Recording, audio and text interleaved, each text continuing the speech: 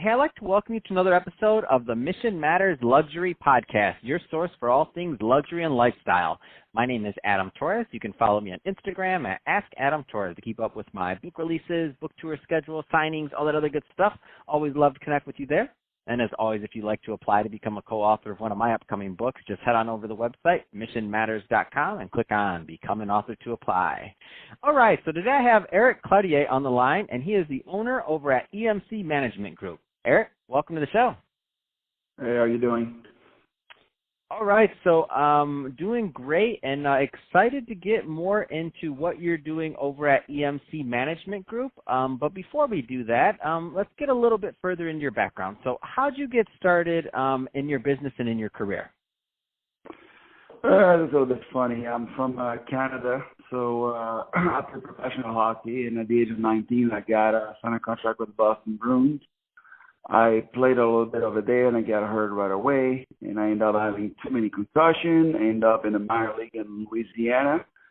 I met a woman, and we got married, and I lived there for 19 years. But when I retired, I was forced to retire. I tried to use my 15-minute fame, and I went into the nightclub business, bar, restaurant, because my friend owned that in Canada. And he pretty much taught me everything. And I went and opened a little teen club for a teenager. I'm from Canada, and in Canada, 18 years old, you can go in a club and drink. But in America, it's 21. And I thought it was crazy that the kid from 18 to 21 could not go anywhere. So I created a place for them to go with party and kind of like with so-called rave and things like this. And I started from there and ended up doing very well.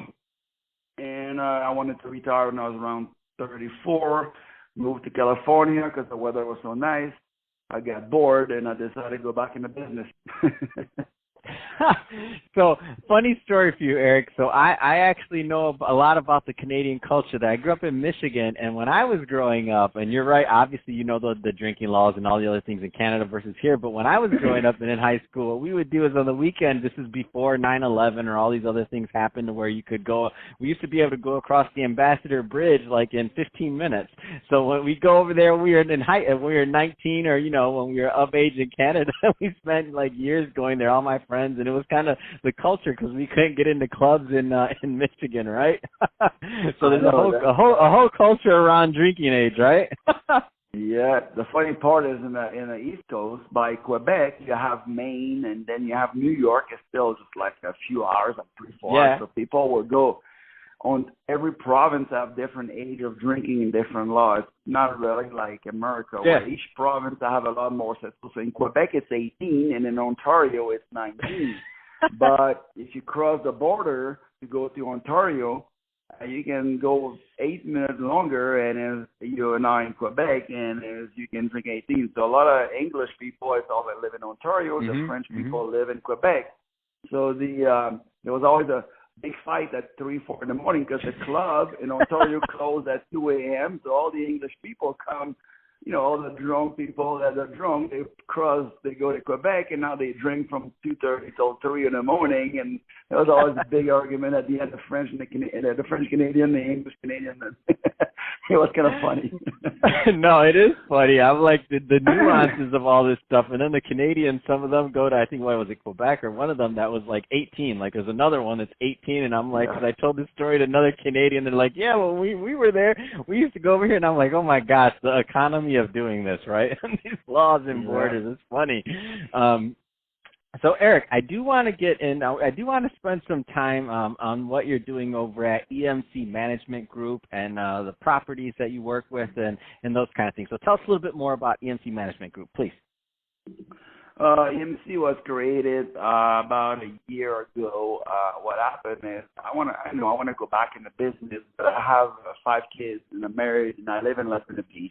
And I'm not really interested of actually managing the club per se. I'm more like, the brain behind the ideas and everything. So I took a group of young people, which I felt like they were like me when I was their age, and I gave them an opportunity to create a team, which I'm paying them, and I said I'm gonna be the guy with the money and investing in different either buying nightclub, either building a nightclub, bar, restaurant, or either going into hotels and management or Staples Center and things like this that approach me to maybe manage their own business. Example, I've been approached a few times by hotels to manage all their liquor and their entertainment there. And so party there, take care of the bars and all this. We do operation, we do marketing, we do everything. We'll put you on the map. We take businesses that are not doing very good because they're not managed correctly, and we take it over. And every time we have done something, we do extremely good.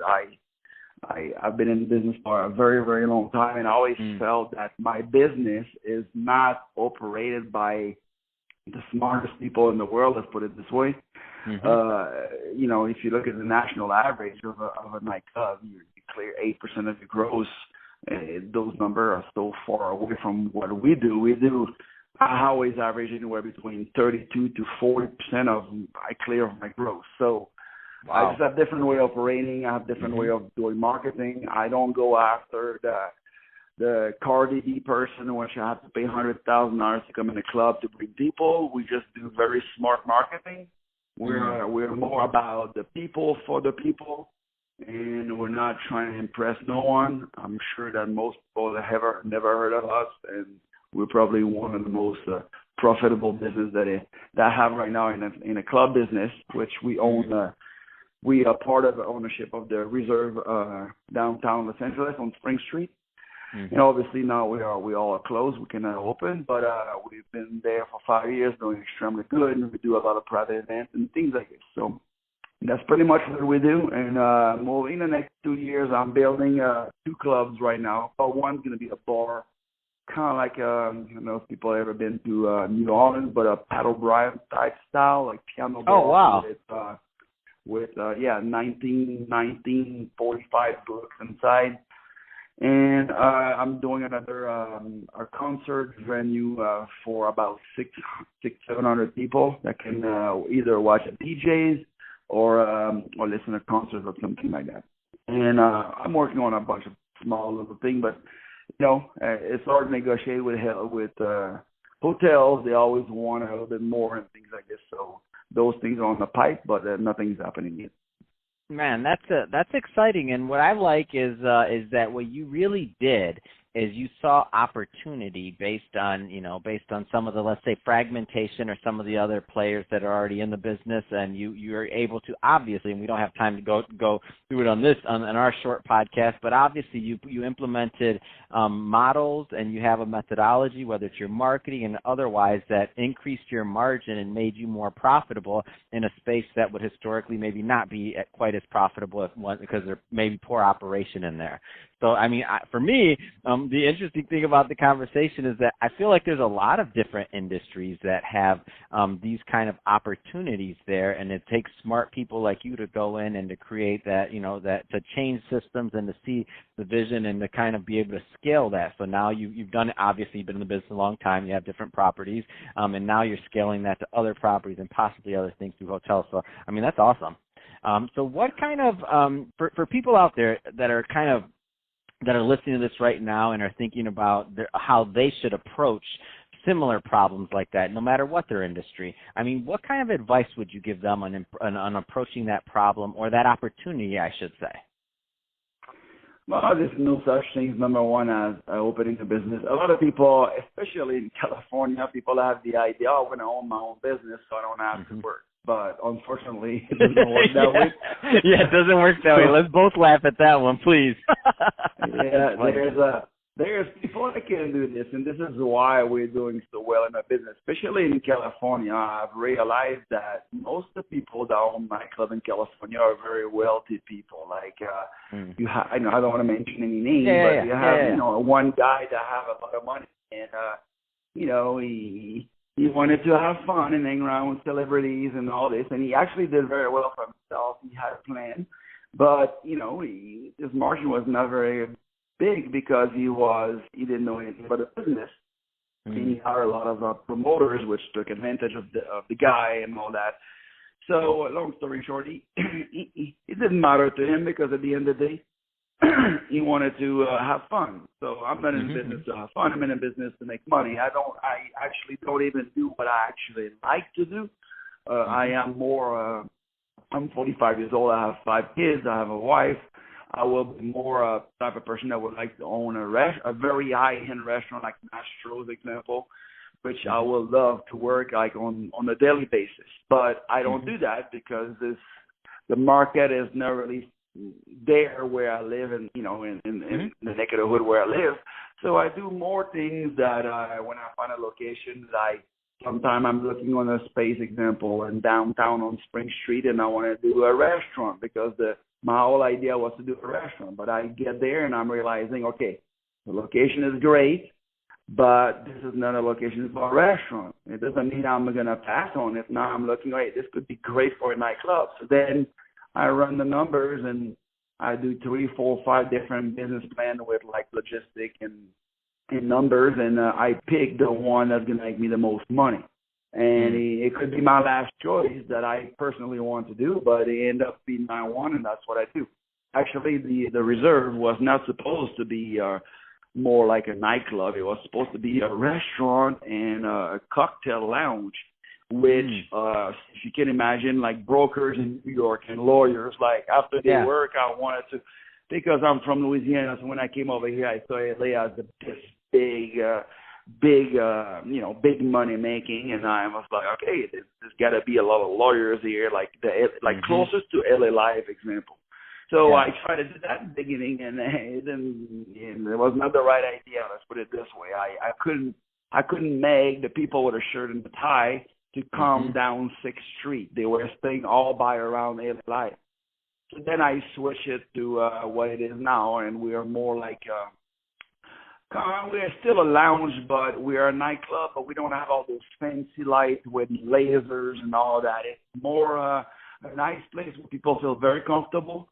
It's extremely nice. There's not many places like this in California that look as good as my place, but I'm allowing everybody to come in. In other words, we don't want to go in a crowd and just pick the best looking people in the club to come in the club. We treat everybody equally. Everybody come in the place. Everybody have a good time, and the business goes as usual. So that's pretty much who we are, and that's how we operate. Man, love it. And I've been, and it's a great establishment. So I've been in DTLA, and it's I'm in Santa Monica, so I don't always make it out there, but I have been to the Reserve, and I can attest it really is a great time. So that being said, Eric, if somebody's listening to this and they want to learn more about Emc Management Group or any of your projects, I mean, what's the best way for them to go online and to follow your work? We actually not online. I'm like we're not really right now. Only things for myself. I pretty much get direct calls from other businesses, but we are about to launch now. We're taking advantage of this virus, and no one can work. So we're actually working on a website right now and thinking about how we're going to develop this. But people can reach me directly. They can go on the Reserve website, the LAReserve.com, and they can directly send an email through the info or things like this. That's pretty much the main business that we own. Or they can reach me out at eric@thelareserve.com. I still don't even have my own email on the EMC. Like I said, I created that about a year ago. But I've been thinking about this for 3 years. And in the launch of all this, I've been looking for good employees for 3 years. And it's extremely hard to find the right people. And honestly, it took about 3 years, 3.5 years. So now I am confident to have the right team, which we are. There's about 7 younger people.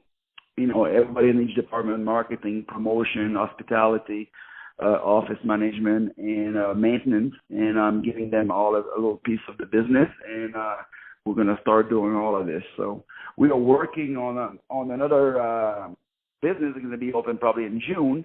But it's also attached to the Reserve. It's going to be the same ownership, and it will be in the back of the Reserve. It's going to be an add-on to the Reserve.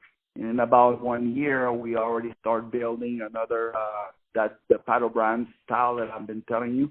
That's going to be open in I would like to say a year, but you know how it goes with the city of LA. It takes Yeah, so we already long know. to get all the right permits, so it could be a year and a half. So I that's what it is. completely That's get all it, we're working and with. that's awesome, and definitely going to have you back on the show when that's coming out to help announce that and help promote that. Love the work you're doing, and so all good stuff there. So Eric, thanks again for coming on the show and sharing more about all the great work you're doing over at EMC Management Group. And to the audience, as always, thank you for tuning in. Hope you got a lot of value out of this. Hope you learned a lot about, and don't forget, go check out the LAReserve.com and check out the venues, and you're going to like it. I mean, I've been there myself. It's a great spot to go and spend an evening. And Eric, thanks again for coming on the show.